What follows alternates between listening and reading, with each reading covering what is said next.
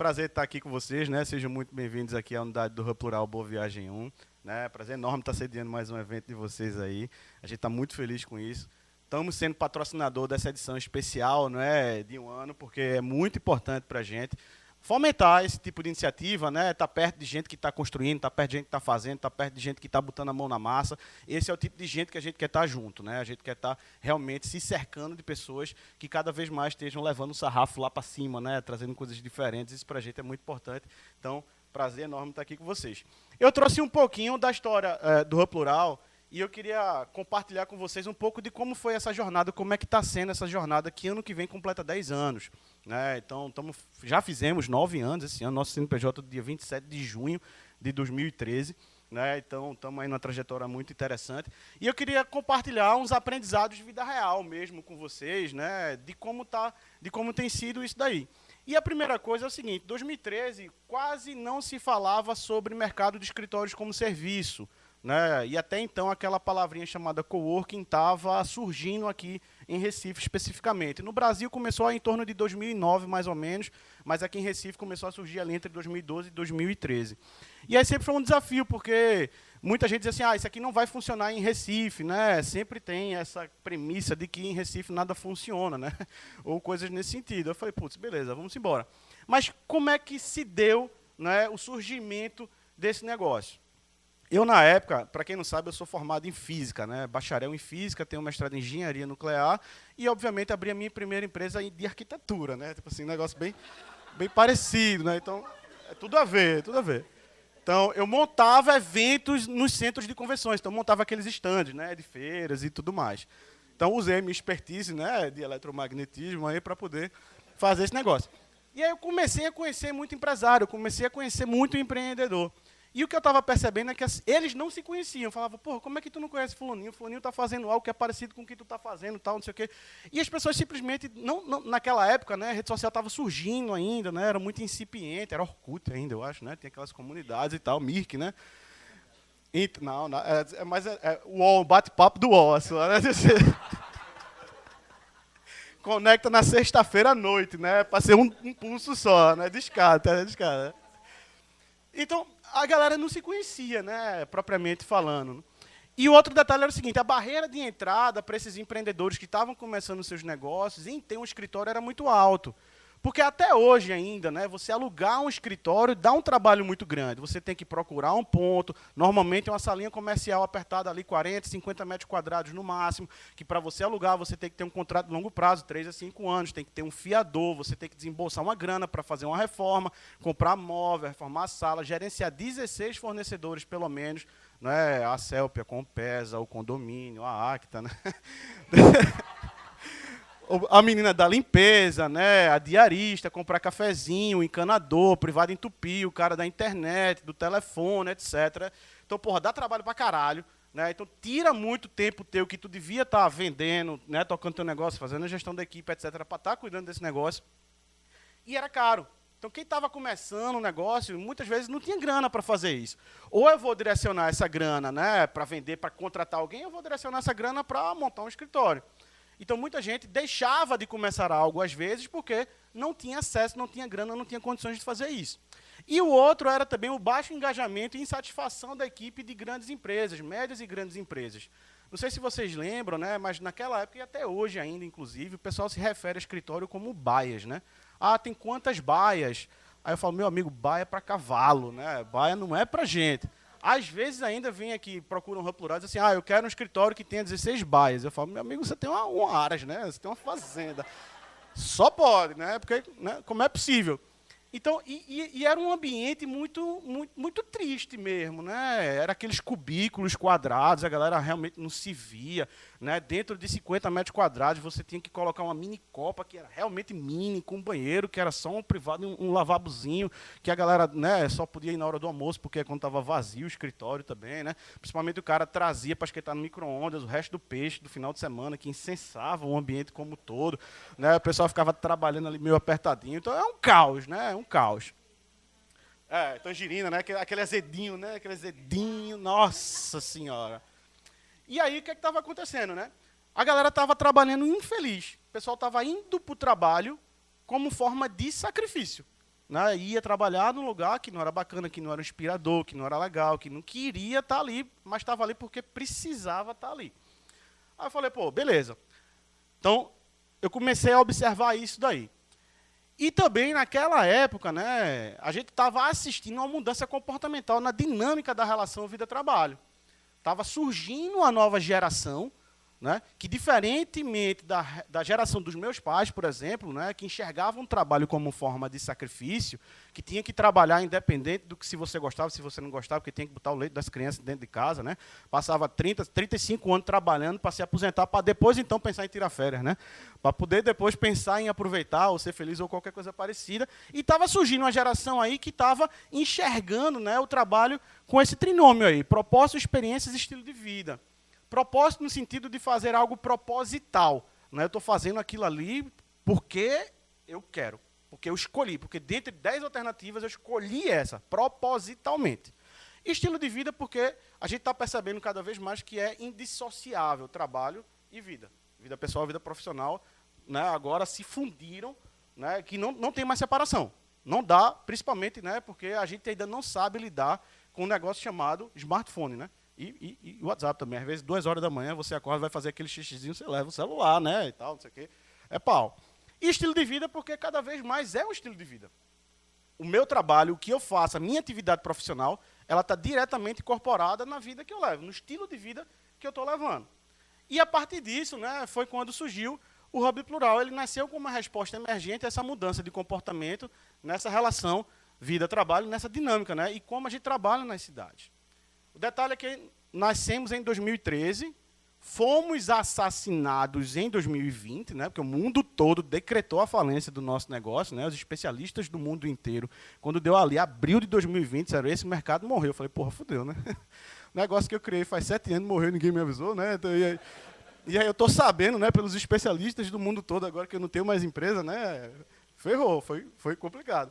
Só que aí, é engraçado que nessa época, eu e meu sócio, Guilherme, eu passei 48 dias em Serrambi. Eu tenho uma casa de praia lá, o governo me obrigou a fechar, né, os espaços de trabalho, etc. e tal. Então, eu fui para lá, meu filho tinha 9 meses de idade, então já estava super estressado dentro de casa. Eu falei, não, vamos para lá antes que, né, aconteça alguma tragédia. E aí eu fui estudar história. Comprei livro, comprei curso, né, comprei apostila e fui estudar a história das pandemias passadas. Porque eu falei, pô, essa não é a primeira pandemia da história, essa talvez seja a primeira pandemia da nossa geração que a gente esteja vivendo, né? Mas com certeza já tiveram outras pandemias, e até então piores do que essa que a gente estava passando naquele momento, né? Era o que os dados estavam indicando. Então fui estudar como é que a sociedade se comportou em períodos de pandemia, em períodos durante a pandemia, em períodos de transição, porque a gente ainda está em período pandêmico, né? Então, não foi decretado ainda o fim da pandemia. Ainda estamos nela, mas estamos no período de transição de saída para essa pandemia. E a sociedade ela tem padrões de comportamento muito específicos. Né? Então, fomos lá atrás estudar que padrões eram esses e tentar antecipar tendências que iriam acontecer, né, nesse fim de pandemia, que é o que a gente está experienciando agora. E a gente montou uma tese para isso.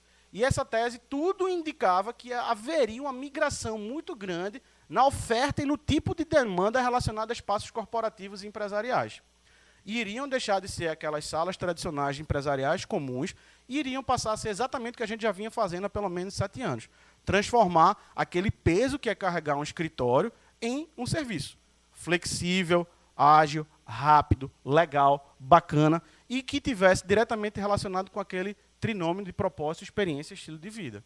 E aí, basicamente, a gente entendeu que a transformação da experiência do viver e trabalhar, não só do trabalho, percebe que o viver está diretamente relacionado a isso daí, porque a gente estava na luta, né, e a gente estava no desafio de fazer com que as pessoas queressem frequentar nossos espaços, que elas quisessem acordar de manhã e ir para alguma unidade nossa do Hub Plural para trabalhar. Porque se elas o fizessem, o dia delas ia ser melhor, elas iam estar mais felizes, elas iam estar aproveitando mais oportunidades e elas iam estar em constante crescimento. Então, a gente começou a entender o que é que elas queriam dentro de um ambiente de trabalho, o que é que tornava aquelas pessoas felizes no lugar onde elas trabalhavam, para não enfrentar aquele cabo de guerra que é o que a gente está assistindo hoje em muitas empresas de tecnologia. O pessoal não quer ir para o escritório, o pessoal não quer ir trabalhar, o pessoal quer ficar em casa. Eu falei, tá, beleza, isso é um problema muito provavelmente da cultura do teu negócio. Porque nós somos seres biológicos, nós somos seres sociáveis, nós gostamos, precisamos e queremos estar conectados com outras pessoas, queremos estar com gente, queremos estar rodeado de outras pessoas também. E o escritório é um lugar como esse, desde que ele seja bacana, desde que as pessoas queiram ir para lá e não se sintam forçadas a ir.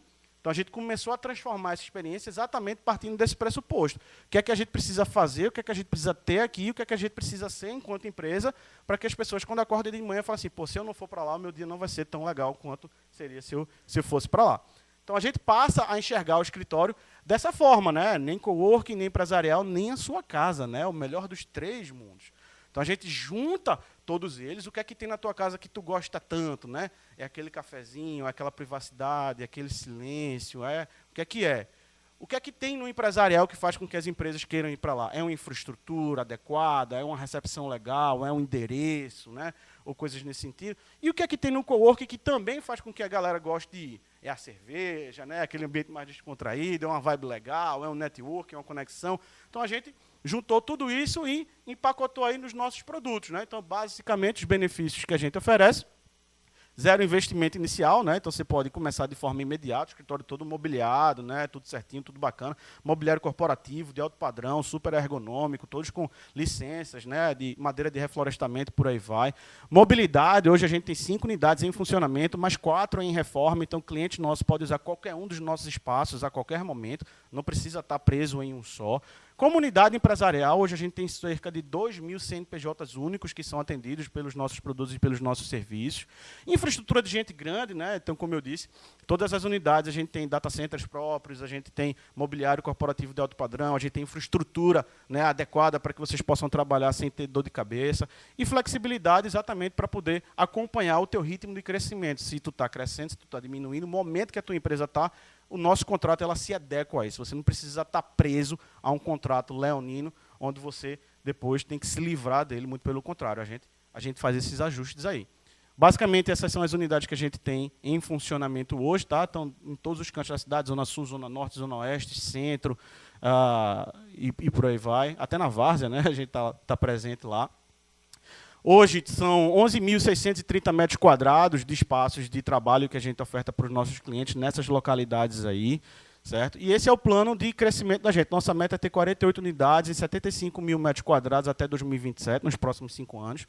É uma meta muito ousada, né? É uma meta aí muito desafiadora, mas a gente acredita que ela é plenamente alcançável. Espalhado nas principais capitais do Nordeste, né? O nosso plano é estar nesses locais até 2027, com mais ou menos, né, esse tamanho aí, de acordo com as pesquisas que a gente faz constantemente. Então, estamos nessa direção. Esse é o nosso plano de crescimento, que ele está já desenhado, está no papel, né? No papel aceita tudo, né? E planilha também é mais ainda. Planilha aceita tudo com fórmula, inclusive, né? Melhor ainda, né? O desafio agora vai ser realizar esse troço aí, né? Realizar esse bicho aí. Mas estamos num caminho aí muito, muito bacana, né? De um crescimento muito acelerado. Mas nem sempre foi assim, né? E aí onde eu vou trazer um pouco do que aconteceu e das lições que eu tive até chegar no dia de hoje, né? E mais para frente. Quando olha assim e fala, porra, negócio do caralho e tal, não sei o quê, mas porra, o começo foi foda, né? Assim, o começo foi complicado, né? Mas aí, o que é que acontece, né? O que foi fundamental para a gente chegar até aqui hoje, né? O primeiro deles é que você não precisa ser bom, você precisa apenas começar e depois vai melhorando. Garanta, quem aqui já teve em algum evento do Armorial Conecta passado? Provavelmente esse deve ter sido um pouquinho melhor, né? As edições elas vão melhorando, né? O iPhone não nasceu na versão 14, né? Ele nasceu na versão 1, que hoje em dia nem roda, né? Se você pegar, ele trava na mesma hora. E o Hub também não nasceu assim. Nosso mobiliário inicial, primeiro que a gente não tinha arquiteto, porque a gente não tinha grana para pagar arquiteto. O arquiteto foi eu e meu sócio. A gente desenhou em giz com a trena para saber se puxar para cá ia bater na parede, se não ia dar, se ia quantas mesas ia dar e tal. Foi exatamente assim que a gente começou. E a gente teve 6 tipos de mesas diferentes, porque foram 6 marceneiros diferentes, porque a galera não terminava o trabalho. Né? O marceneiro contratado ou era preso porque não pagou pensão, ou sumia, não respondia, e não sei o quê. Aí vinha uma mesa maior que a outra, um pé diferente e tal, não sei o quê. E foi assim que começou, né? Beleza, paciência. Mas começamos. Né? Não existe problema que não seja resolvido com vendas. Aí não é fazendo merchan do boss, não, mas isso é o que a gente aprendeu desde cedo. Né? Porra, eu não tenho dinheiro para contratar arquiteto. O que é que eu vou fazer? Eu vou vender. Vou vender, vou ganhar mais grana, vou contratar um arquiteto. Né? Eu não tenho dinheiro para contratar a OMI, um sistema. Vou vender para ter dinheiro para pagar a porra do sistema. Né? Então, assim, o foco no início sempre foi, bicho, vamos vender. Vamos vender, vamos botar grana para dentro, vamos atender o cliente no que é que ele quer, no que é que ele precisa, no que é que ele está disposto a pagar. E, a partir daí, a gente vai construindo o negócio da gente. Para eu terminar a obra que eu comecei lá em 2013, com 2 Construcard, tinha vendido meu carro e meu sócio tinha botado uma grana na frente, o dinheiro acabou e a obra não, né? Então, assim, e aí? Ferrou. O que é que a gente vai fazer? Vende antecipado, né? Bora vender antecipado. Então, assim, criamos um produto que não existia na época, que não estava no plano, para poder vender, para a galera pagar, para eu ter saldo, para terminar a obra, para atender o cliente que eu já tinha vendido lá atrás. Então, assim, foi desse jeito também, né? Muito, muito louco, mas que acabou sendo resolvido. O PDCA, né? PDCA, no nosso linguajar, é o você promete e depois corre atrás. Então, essa é uma metodologia que vem funcionando para a gente, né? A gente teve até um exemplo hoje, né? Ó, inclusive, quem participar vai ganhar uma imersão. E nem combinei contigo isso aí, viu, tal, não sei o quê. Então, assim, já chamou, né? Então, assim, depois, promete, depois corre atrás, pô. Né? Porque, assim, o mercado está em constante mudança, né? Então, assim, nem sempre o que o cliente quer é o que ele está disposto a pagar. Então, às vezes, o cara quer uma Ferrari, mas quer pagar por um Fusca, né? Aí você fala, e aí, ferrou, né? Então, assim, o PDCA, beleza, tu quer o quê? Tu quer isso? Tá, tu paga quanto? Eu pago tal, beleza, eu vou te entregar. Depois tu volta e fala, galera, fudeu, eu tenho que entregar isso aqui. Vamos dar um jeito. Né? E aí, hoje, a gente tem serviços e produtos que a gente, com certeza, não tinha lá atrás, quando a gente começou. Porque foi escutando o que o cara queria, o que ele estava disposto a pagar. Né? Não só o que ele queria. Porque quando você pede assim, você gostaria do quê? O cara vai falar tudo, né? Mas o que é que ele está disposto a pagar, talvez aí seja onde esteja a chave da questão. Então, eu não vou perder. O cara chega para mim e diz assim, eu quero isso, eu pago tanto. Eu vou dizer, eita, eu não tenho na minha cartela de serviço. Se está dentro do meu business, está dentro do meu negócio, eu vou dar o meu jeito, vou dar meus pulos, vou dar meus vira e vou atender o cara, né? Meu time fica puto comigo, com isso, né? Mas assim, é assim, né? E vai. Primeiro progresso, depois ordem, né? Eu acho que esse é outro ponto que para a gente foi fundamental. Como é que eu vou botar uma casa em ordem se eu não tenho casa? Como é que eu vou fazer a gestão do meu caixa se eu não tenho caixa, né? Então, assim, velho, vamos para frente, vamos para frente. A gente primeiro progresso, depois ordem. Primeiro progresso, depois ordem. E o que é que quer dizer isso? Porra, em alguns momentos vai parecer um caos.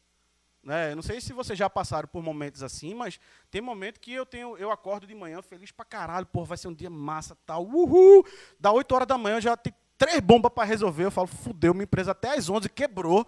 Né? Aí quando dá 2 da tarde, tem uma notícia boa, eu começo a ficar animado de novo, aí quando dá às 16, outra porrada, eu falo, cacete, fudeu. Né? Aí quando dá 19 horas, uma notícia massa, eu estou terminando a noite bebendo vinho, celebrando. Né? Então, tipo assim, tem dias que realmente são assim, né? Uma montanha-russa gigante.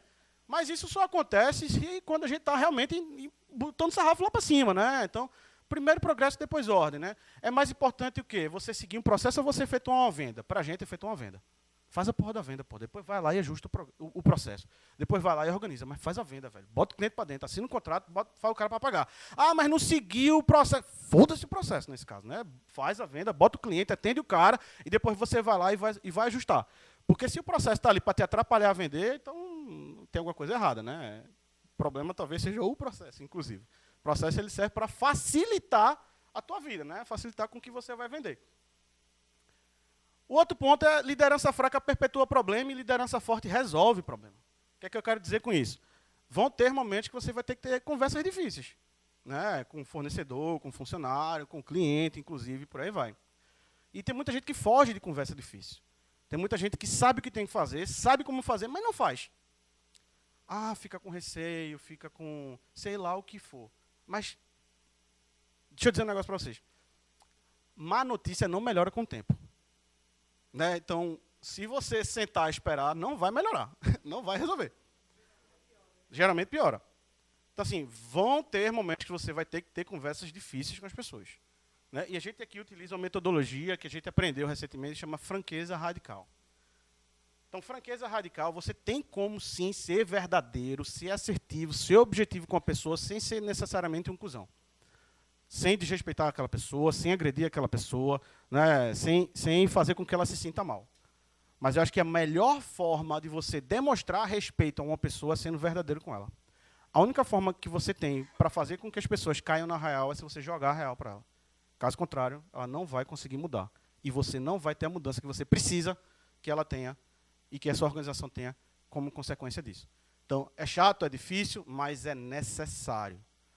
Porque outra coisa que eu aprendi nesses 9 anos aí de jornada enquanto Hub Plural é que o adulto ele faz o que tem que ser feito, não o que ele quer fazer. E às vezes o que tem que ser feito é diferente do que eu quero fazer.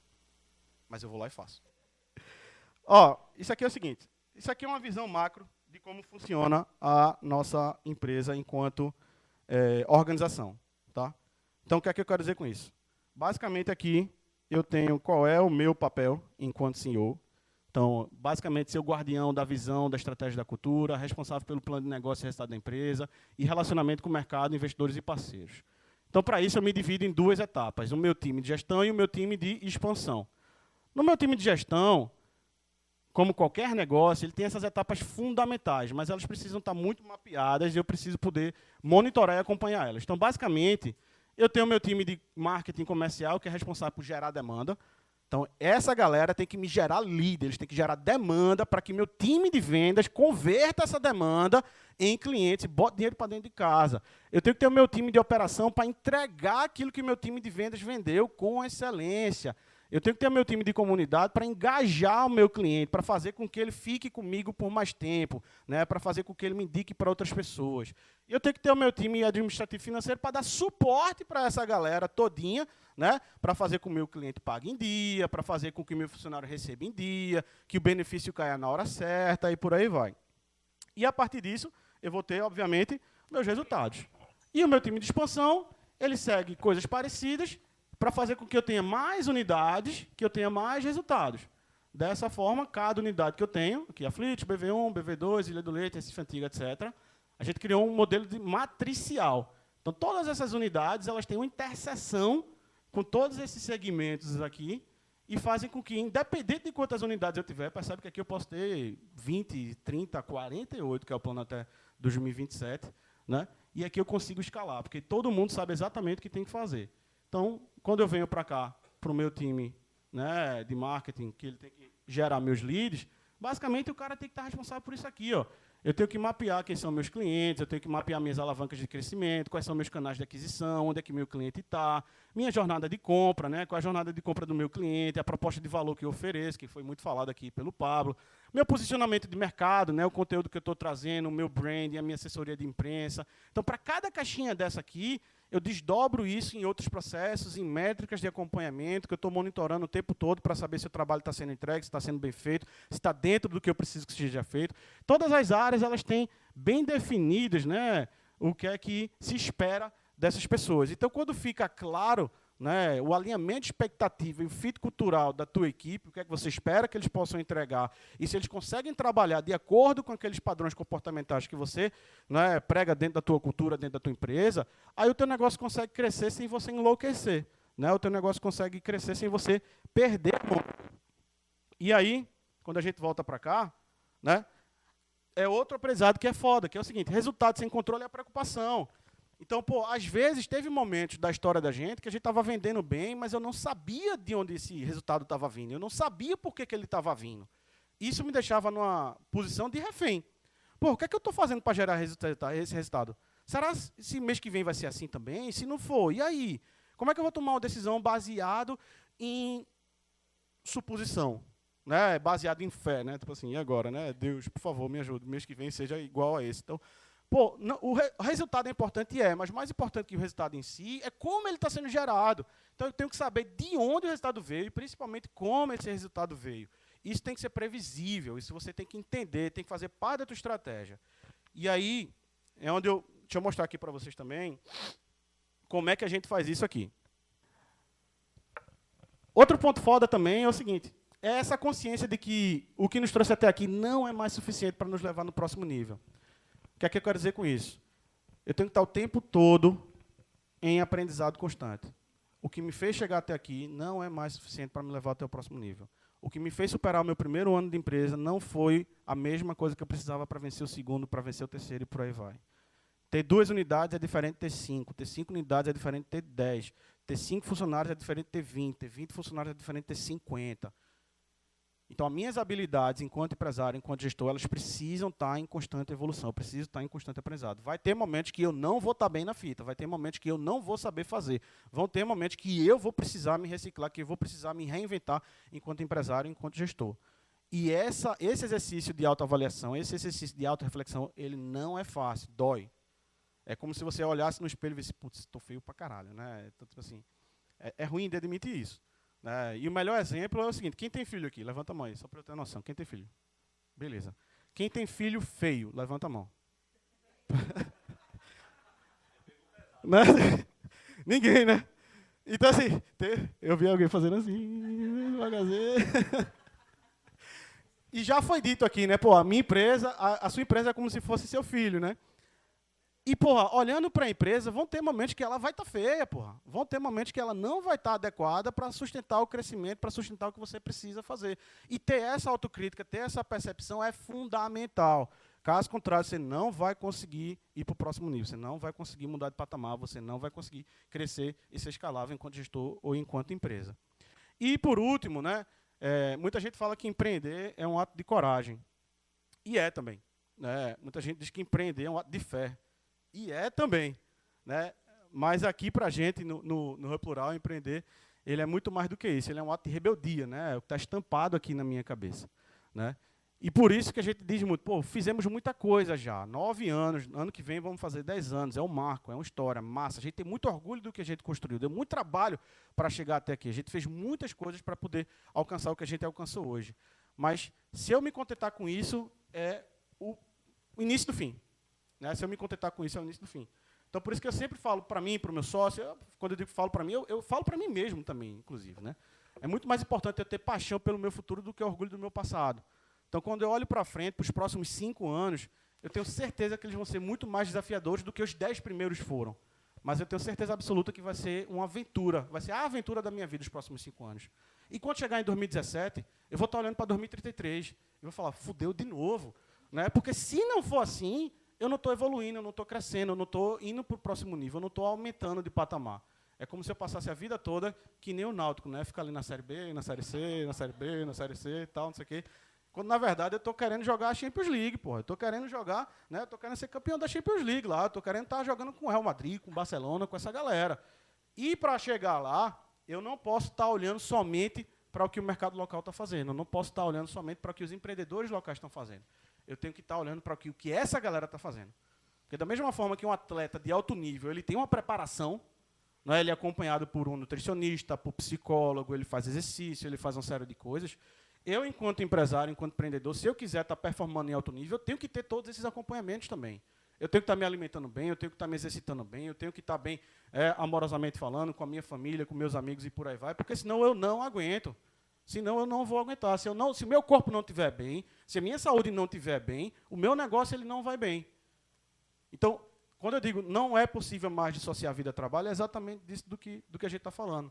Não adianta só ficar fazendo cursinho EAD ou MBA, etc. e tal, né? Se tu está comendo só porcaria, se tu não está se exercitando, se tu não está cuidando da tua saúde e do teu entorno enquanto, né, como um todo. Não adianta de nada, o meu negócio está crescendo e meu casamento está decaindo. Né? As coisas elas estão diretamente relacionadas umas com as outras. Então fica aí o convite para vocês. Hoje não deu para mostrar o CRM, mas se der para mostrar quando chegar a senha, depois eu coloco aqui. Né? E empreender para a gente é isso aí, um ato de rebeldia. Valeu. Palmas!